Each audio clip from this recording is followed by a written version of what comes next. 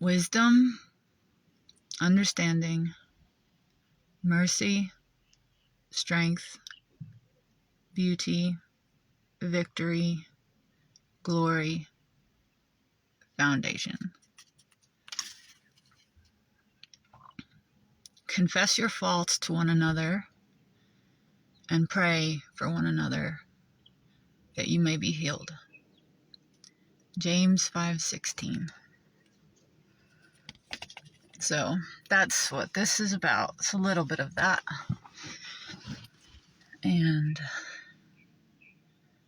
this is coming to you straight from the depths of purgatory. I'm not in purgatory anymore, but I spent over a year in purgatory. And I'm here to tell you that it is a real place. It's a state of mind. And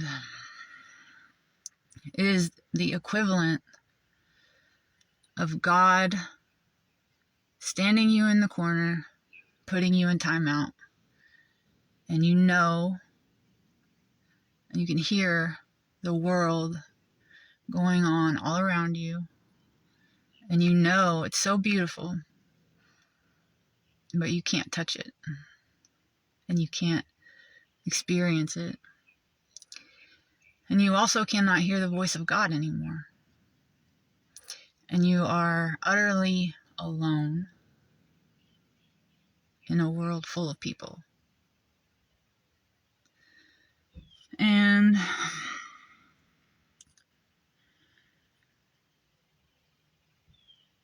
purgatory is proof of God's divine mercy, because purgatory is the last stop before hell, which I think is also a state of mind.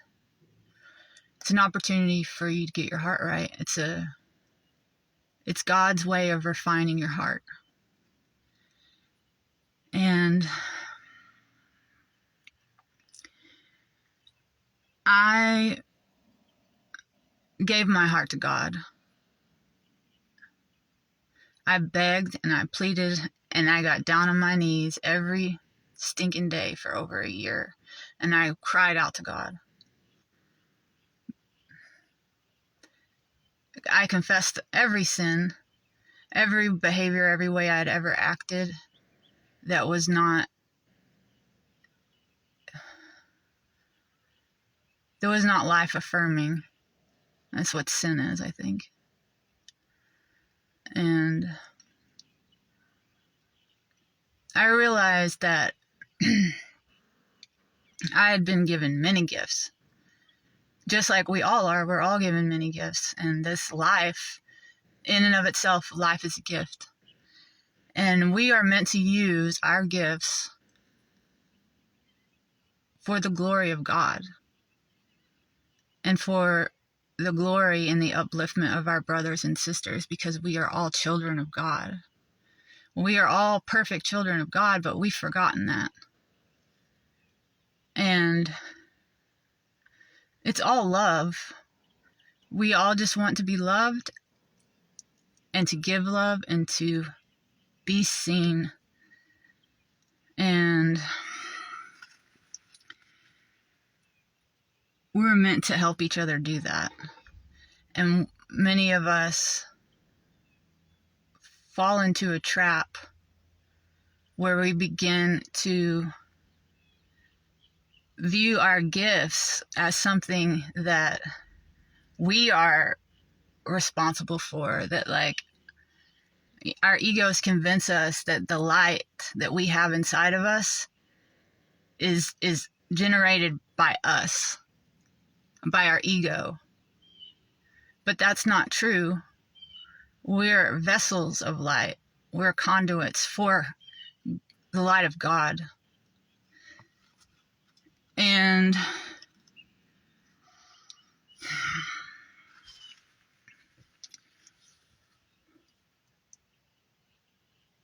we're here to shine light.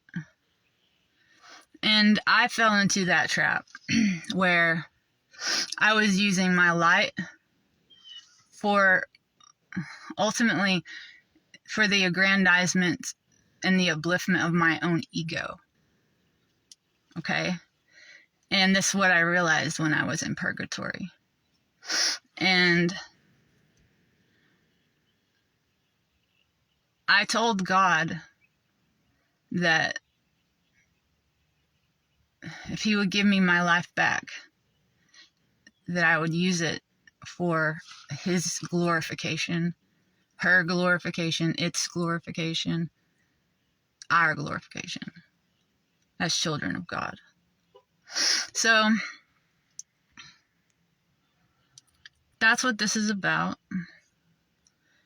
And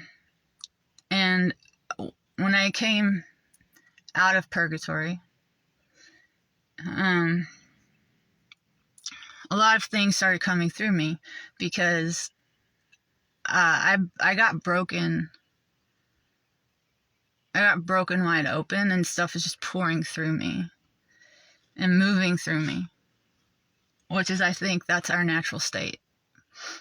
We're vessels and conduits.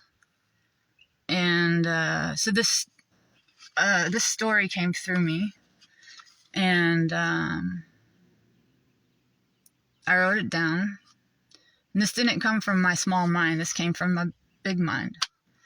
And I'm meant to share this with people, and so I'm going to share it with you. I'm going to share a part of it, and then there's a second chapter, and I'll share that later.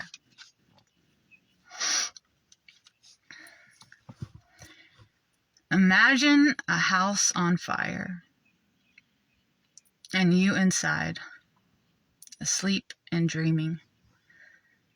Now ask yourself, from what sort of dream would you be more likely to awaken? A blissful fantasy, devoid of pain, resplendent with creature comforts. A dream in which all your worldly desires manifest effortlessly and instantaneously. Or a trauma-laden nightmare, full of loss and unease. It occurs to me the former would be incredibly intoxicating and pleasurable, and as a result, the dreamer would likely become attached to the dream, resistant to awakening, even to the point of ignoring the smell of smoke and the inability to breathe. Conversely, it seems a nightmare would be sobering, in that discomfort and suffering would compel the dreamer to awaken. The smell of smoke would be a welcome harbinger of reality, even if that reality was that one was asleep and dreaming in a house on fire. Because once aware and awakened to that truth, one can make the choice to leave. So what if I told you that you are indeed asleep and dreaming in a house on fire? That we all are. It's not just a house, but a mansion. Actually, a castle. A cosmic, numinous castle with many, many rooms. And what if I also told you that all the traumas, the losses, the grief, the pains that you have experienced in this lifetime are messages from your higher self? Mythopoetic breadcrumbs laid out for the sake of leading you to the realization that this is a dream. And synchronicities are the same. They are signs, messages, guideposts. And they reveal to you that you are asleep. And they say to you, wake up. Your house is on fire. Wake up and realize that this is a dream. And this dream is bound by space and time, but you are timeless, boundless, all-pervasive, and eternal. Upon awakening, the flames will be extinguished, and your house returned to its full glory. So that's what I want to share. That's what I am meant to share with you. And there is a second part to that talks a little bit about how we ended up in this situation. But that's all I have to say today. That's what I wanted to share. That's what was on my heart. And I'm here to share. That's what I'm here to do now. So, I love you all, and I hope you have a good day.